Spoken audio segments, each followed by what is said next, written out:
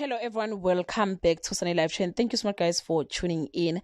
To all my subscribers, thank you so much guys for amazing support, and if you're new, you are welcome. Please don't hesitate to press the subscribe button and the notification bell so that you don't miss anything that I'm going to upload next on this channel. Well guys, namhlanje ke sikhuluma ke nge-reality show entsha lapha yana ke kuMzansi Magic. Izolo besibuka ke the first episode yezingane zesithembu okuyingane ke zonke zika baba uMusamseleku wothando nesithembu ulwandle, which abantu abaningi bakujabulele ke ukuba khona kwakhe kwishow njengoba ebengumuntu ongakhulumi kakhulu lapha kuthando nesithembu. So banethemba ke lokuthi ke bazomazi kangcono, yize ke ethe i-love life yakhe it's very private.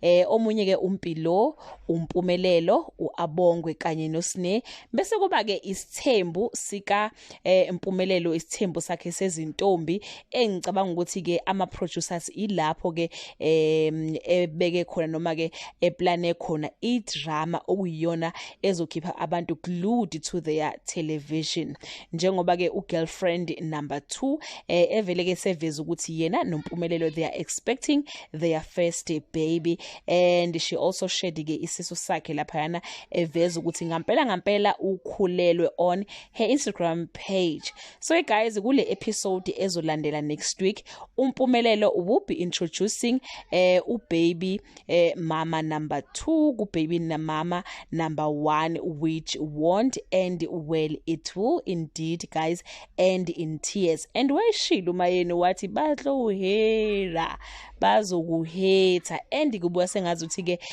kuningi ke basazokubanga ke labo girlfriend bakampumelelo, njengoba ke kungakazeki ukuthi ke between bona bo2 ubani okumele ahlale kwiFrance City. Ke asazi ke bakithi noma mhlawumbe ehlale angazi mathi umamkhulu noma kuthi ubani kulesi sithembu ngaphela akusibo mama laba kusama girlfriend, kodwa ke asazi ukuthi ubani kumele ahlale kwiFrance City uma ngabe behamba bobathathu. Abanye bathi ke naye uMpumelelo ususenyinto nje wakwasibona phona isithembu somXhosa nomTswana kuhlonghawo sabola he. Abanye ke bathi ke ngazi ukuthi ubaby mama number 2 is a little bit older than uMpumelelo, which is not a problem guys ngokwami ukubona.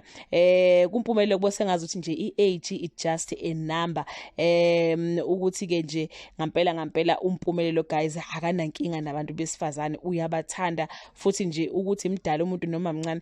But anyway guys, abantwana bamanje bakhula kakhulu, like if you can see usisi wami ungilamayo ngazi ukuthi mina ngubaby kuyena because mude mukhulu. So sometimes when ubuka umuntu ebusweni ungayitshela ukuthi imdala kanti cha umuntu wakhona mncane.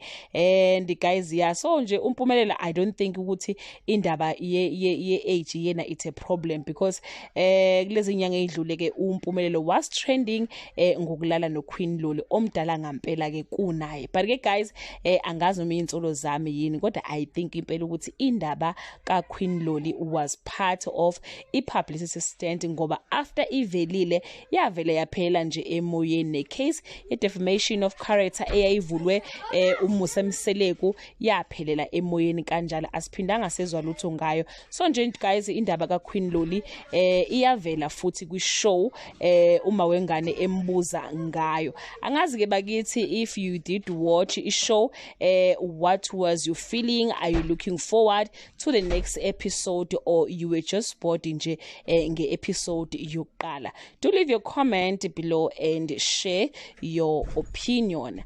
Bye.